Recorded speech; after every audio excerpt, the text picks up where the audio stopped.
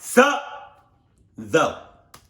Today's story has two significant plot twists, and one of them comes at the very end. So make sure you stick around to hear the entire story. But before we get into that story, if you're a fan of the strange, dark, and mysterious delivered in story format, then you come to the right place because that's all we do, and we upload once or twice every week. So if that's of interest to you, please offer to detail the like button's car, but as soon as they give you their keys, just fill their car up with an angry pack of Asian murder hornets. Also, please subscribe to our channel and turn on all notifications so you don't miss any of our weekly uploads. All right, let's get into today's story.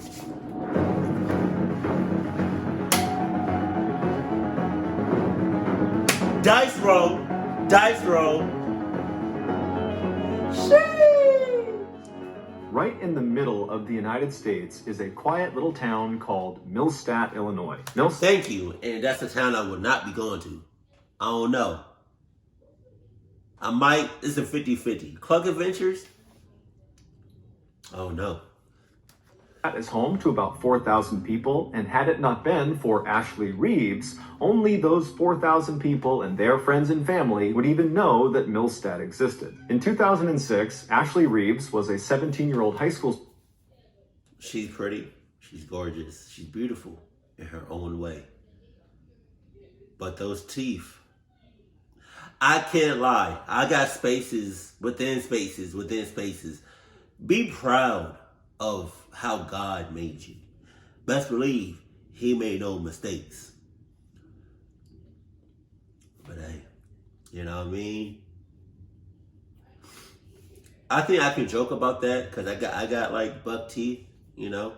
I got spaces in between my teeth, you know what I mean? So like everybody has their imperfections.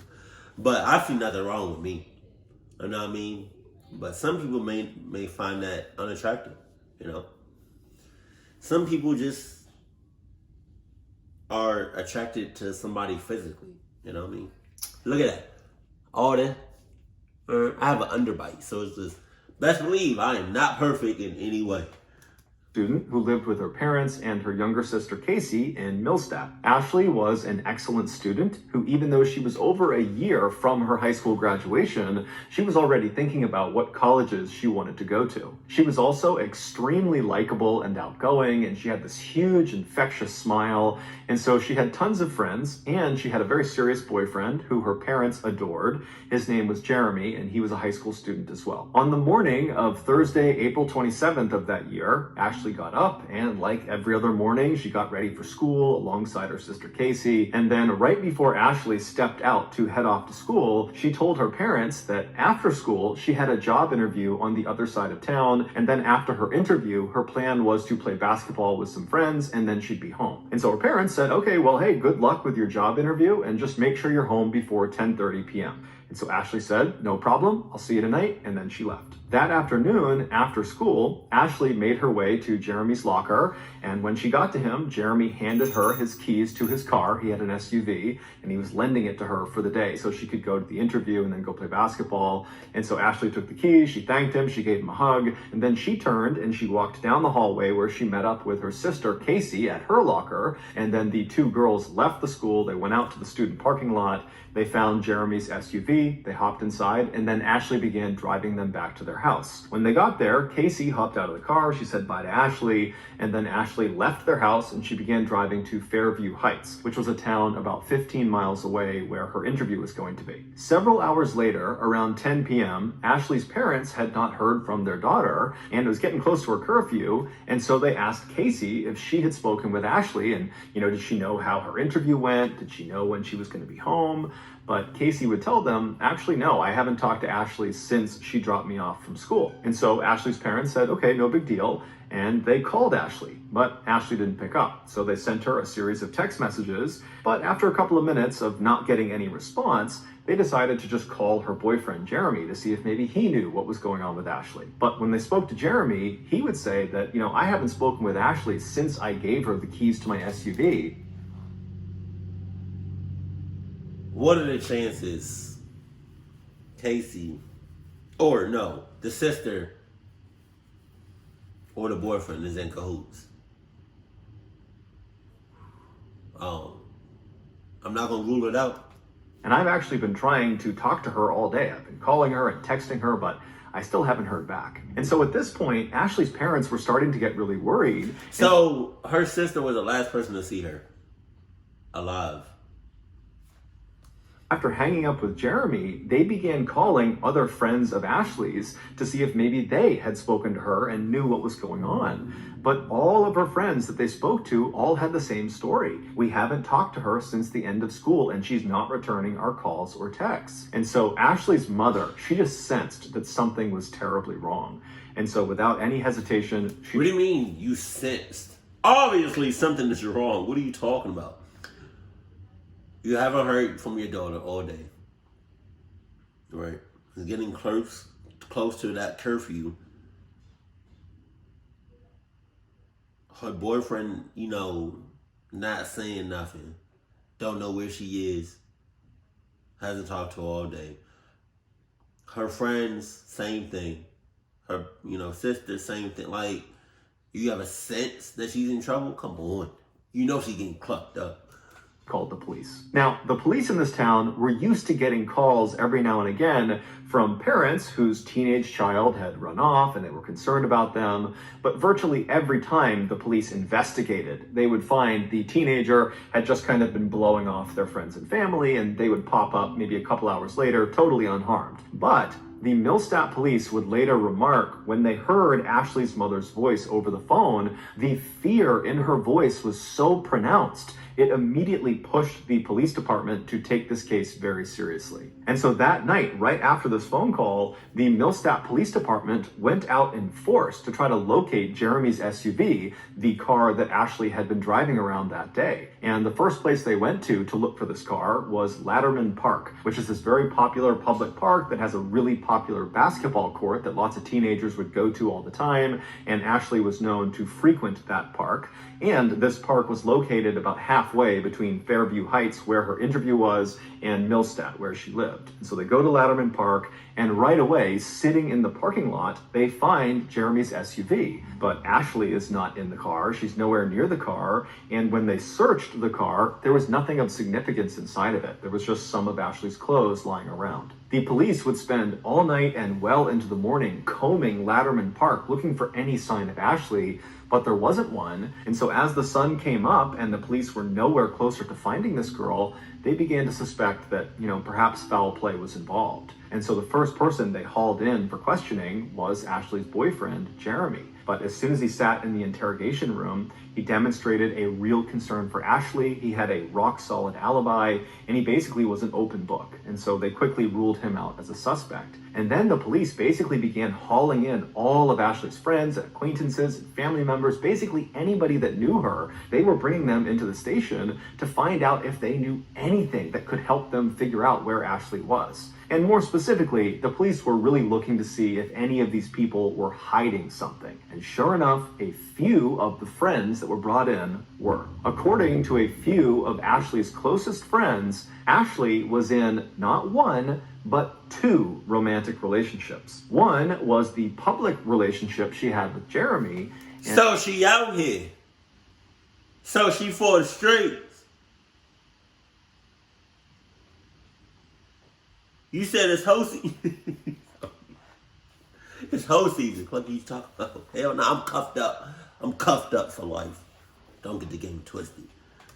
The other was a secret relationship that was actually illegal. In order to hide this forbidden second relationship, Ashley would tell her family and her friends that she was going to the park to play basketball, when in reality, she was going to the park to meet up with this secret second partner. And the day before, when Ashley went missing, her friends told police that that was the exact reason she was going to Latterman Park. The police got the name of this secret person from Ashley's friends. His name was Sam Shelton, and the police tracked him down. When they found him, he was at a baseball practice, but the police didn't care. They marched right onto the baseball diamond, and they grabbed Sam, and they brought him back to the police station. And when he got...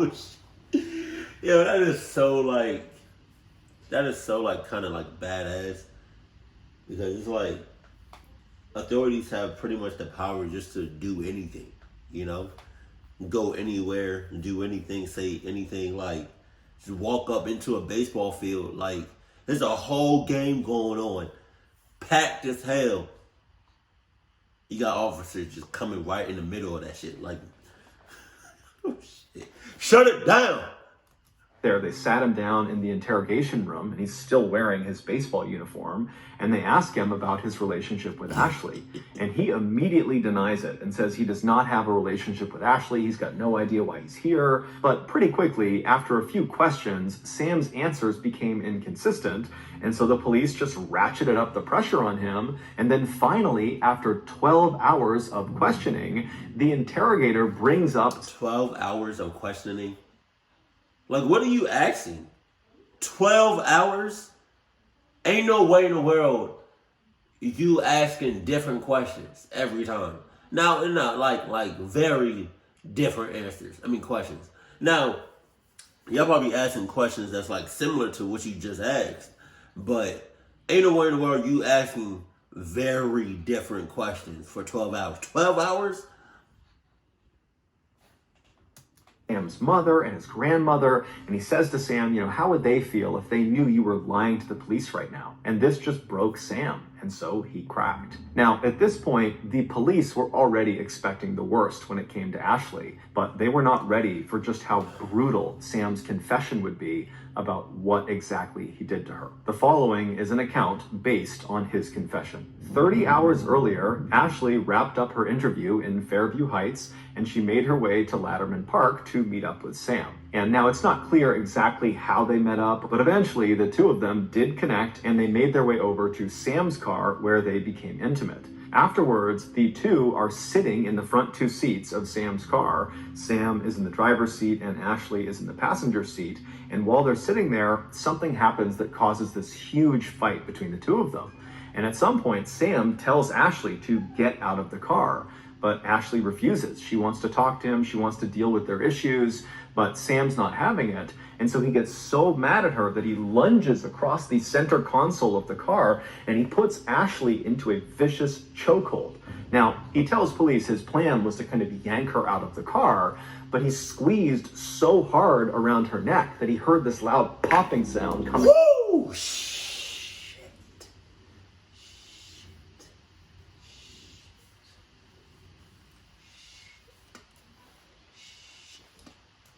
From her neck.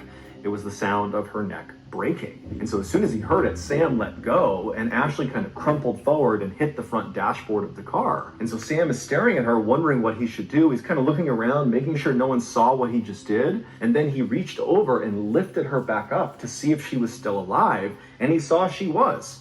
But instead of trying to get her help, he decides right then and there he's going to kill her. And so he reaches over and he begins choking her. But after several minutes of throttling her, she just wouldn't die.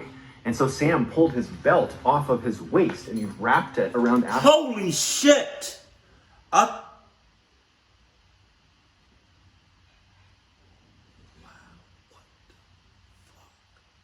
What the clock, bro? What? I'm pissed right now.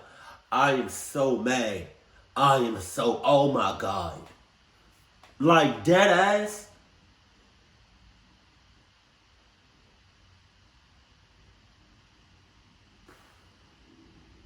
Come on. Come the hell on. I hope he get to what he deserves. Oh my God, oh my God. His neck, and then he began pulling.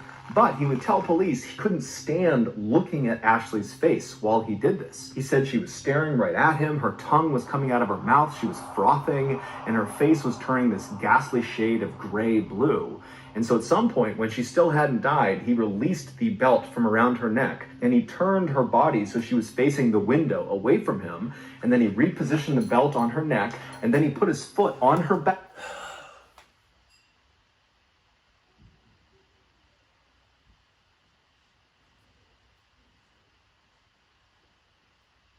You can't just let her go?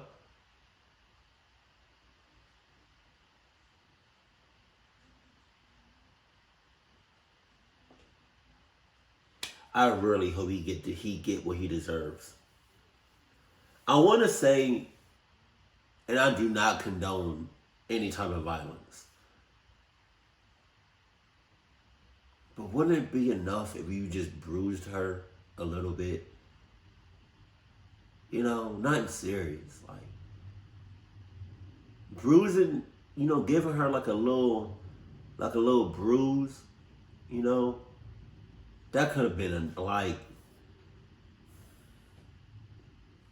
but doing all this extra shit, doing all of this, that's unforgivable. That, what you're doing right now, you could have stopped so many times.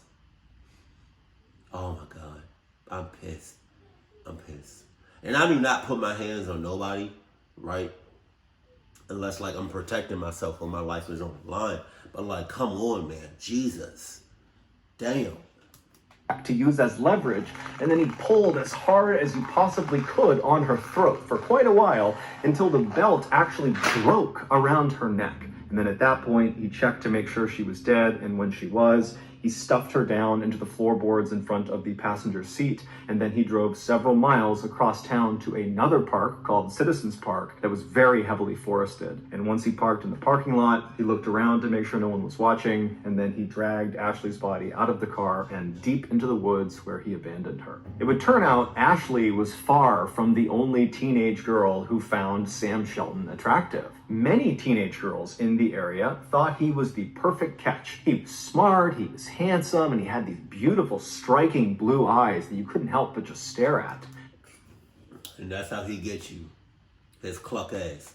However, there was something unique about Sam that made him fundamentally different than all the other guys at their schools. Sam was not a student. He was a 27-year-old middle school teacher in Millstadt, and he also was the high school baseball coach. He had never been Ashley's teacher directly. However, years earlier when she was in middle school, he had begun grooming her for exploitation. And so fast forward to 2006, when she was 17, he had effectively manipulated her into believing she was in this romantic relationship with him, when in reality, he was just using his position of power to abuse her. In addition to being a school teacher, Sam was also an aspiring pro wrestler. He would often compete in local showcases under the nickname The Teacher. While Sam was probably nowhere near good enough to actually become a professional wrestler like you would see on TV, he was extremely strong and really knew how to do a chokehold.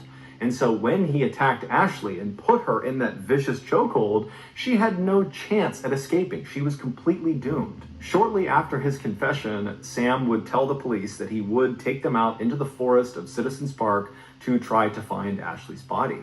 But when they got there, it was late, it had been raining for several hours, and Sam right away acted like he couldn't figure out exactly where he had left her.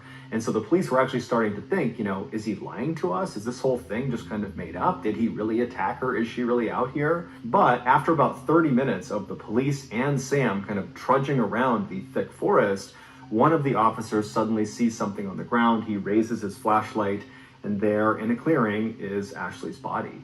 And so the police and Sam, they walk over to her, and they're standing above her ruined body. Her neck is totally bent at a grotesque angle. She's covered in bugs. But as they're standing there and they're watching her, her chest suddenly starts to move. What? She wasn't dead.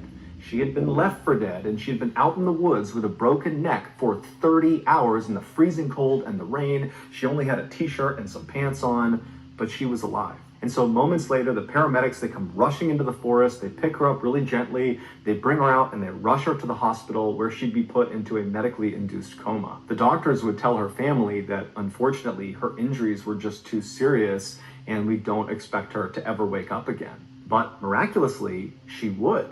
Now, she would have to relearn how to walk and talk and eat and drink, but she would do all of those things. And today, she is 32 years old, she is happy. Okay, all right. Let's go. Oh, God. I'm such an emotional person. Let's go. Let's go. I hope she comes back for vengeance. She needs to come back for vengeance. If I was her, dude, man, I would say, God, forgive me for I have sinned. Because I'm about to cuck you. What I'm about to do to you, you should have wished I was dead. Oh my God. Oh, you should, oh man, if I was her, And I came back and I seen him. Like, I've been training ever since, you left me for dead. And I've been training ever since that day. I bit my lip. Ouch.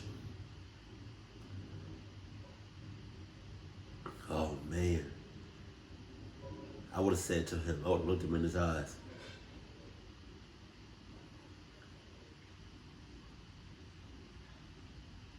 You should have killed me when you had the chance. Oh, man. It's like that movie, Enough, with Jessica Alba. All that with her boxing and whatnot. Oh, married, she has 2 kids of her own, and by and large, she leads a very happy, normal life. As for Sam Shelton, he was sentenced to 20 years in prison for attempted murder, and he's still in prison today. However, he is up for parole in 2024. Are you dead ass? That's in 2 years. He looks crazy. Look at that shit. Look at him. Look at him. He looks crazy as hell.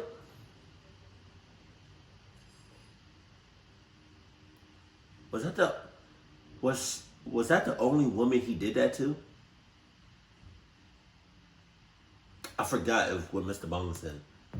So that's going to do it. If you got something out of today's episode and you haven't done this already, please offer to detail the like button's car. But as soon as they give you the keys, just fill their car up with an angry pack of Asian murder hornets. Also, please subscribe to our channel and turn on all notifications so you don't miss any of our weekly 1 or 2 video uploads. We now have a podcast where every Monday we put out brand new, never before heard stories that are only available on the podcast. The podcast is called the MrBallen Podcast, and it's available on Spotify, Apple Podcasts, Amazon, Google, basically anywhere you get your podcasts, you can find it. If you want to get in touch with me, please follow me on any major social media platform. My username on all of them is just @MrBallen, and then send me a direct message. I really do read the bulk of my messages. We have 2 additional YouTube channels. One is called MrBallen Shorts, where we post random short videos and lost episodes, and the other channel is called MrBallen en Español, which is a Spanish language channel. We also have a Facebook page that puts out near daily content. It's just called MrBallen. And we also have a Snapchat channel, also just called MrBallen, that puts out content on Sundays. We have some really cool merchandise. If you want to check that out, go to shopmrballen.com. And if you have a story suggestion, please submit it to our subreddit just called MrBallen. It's linked in the description below. So whether I see you on Instagram, Twitter, TikTok, Reddit, YouTube, Facebook, other YouTube channels, the podcast, wherever, just know that I really appreciate your support. And until next time, that's going to do it. See ya. Okay, go back. Then it was the public relationship she had with Ashley. And he immediately denies it and says he does not. Following is an account based on his confession. Something happens that causes this huge, and Ashley kind of crumpled forward and hit the front dashboard of the car. He's going to kill her. And so he reaches over in a shade of gray blue until the belt actually from the only teenage girl who found Sam Shelton attractive. Many teenage girls in the area thought he was the perfect catch. He was smart, he was handsome, and he had these beautiful, striking blue eyes that you couldn't help but just stare at.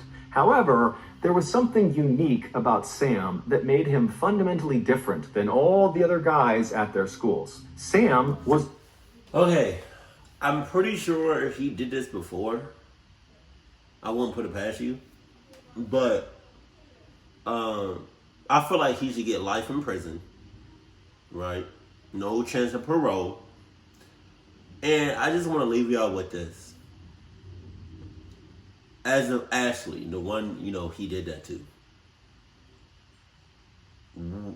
What do you think she should do to him? She's alive.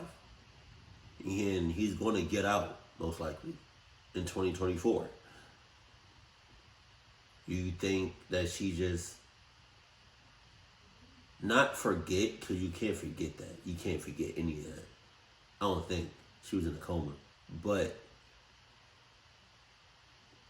what do you think, what if she can't remember what happened to her, what do you think she should do?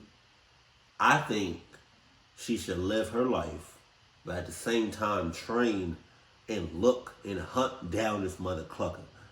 And one night or one day, have grandma, watch the kids, and do what you need to do for one night. Just saying. Vengeance. Revenge. Either that or I don't know about forgiving. Something you just cannot forgive, like I don't know anybody. I would not forgive him doing that to me. Like, you tried your hardest to kill me. You had chances of